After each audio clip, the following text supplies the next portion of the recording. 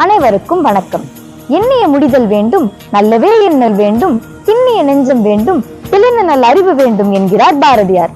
இத்தகைய சிந்தனை நன்றாக நடைமுறையில் உள்ள நாடுதான் குடியரசு நாடு. அப்படிப்பட்ட அற்புதமான குடியரசை 1950 ஜனவரி 26 நிறுவியது நம் நாடு. அன்று முதல் இன்று வரை உலகில் மிகப்பெரிய ஜனநாயக நாடாக விளங்குகிறது இந்தியா.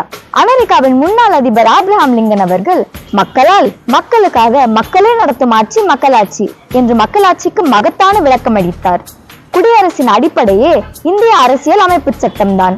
உலக நாடுகளில் வியந்து போற்றக்கூடிய அளவிற்கு விரிவான சரத்துகளை கொண்டது இந்திய அரசியல் அமைப்பு சட்டம். இதை எழுதியவர் டாக்டர் அம்பேத்கர் அவர்கள். பட்டங்கள் ஆள்வதும் சட்டங்கள் செய்வதும் பாரினில் பெண்கள் நடத்த வந்தோம் என்று பாரதியின் எண்ணத்தை ஈடேற்றும் வகையில் பெண்களுக்கும் பொருளாதாரத்தில் பின்தங்கியவர்களுக்கும் பல சலுகைகளை சட்டமாக்கியதால் தான் ஆணுக்கு பெண் சரிநிகர் சமம் என்ற நிலை உண்டானது. இதனால்தான் நம் நாட்டில் சமத்துவம், சகோதரத்துவம், சமூக நீதி நின்று நிலை தோங்குகிறது. தண்ணீர் விட்டா வளர்த்தோம், சர்வேசாய் பயிரை கண்ணீரால் காத்தோம் என்று பாரதி மெச்சிய நம் நாட்டின் சுதந்திரத்தையும் குடியரசையும் நமது இரு கண்கள் என காப்போம். நாடு நரம்புகளில் நாட்டுப்பற்றை வளர்ப்போம். வந்தே மாதரம். ஜெய் ஹிந்த்.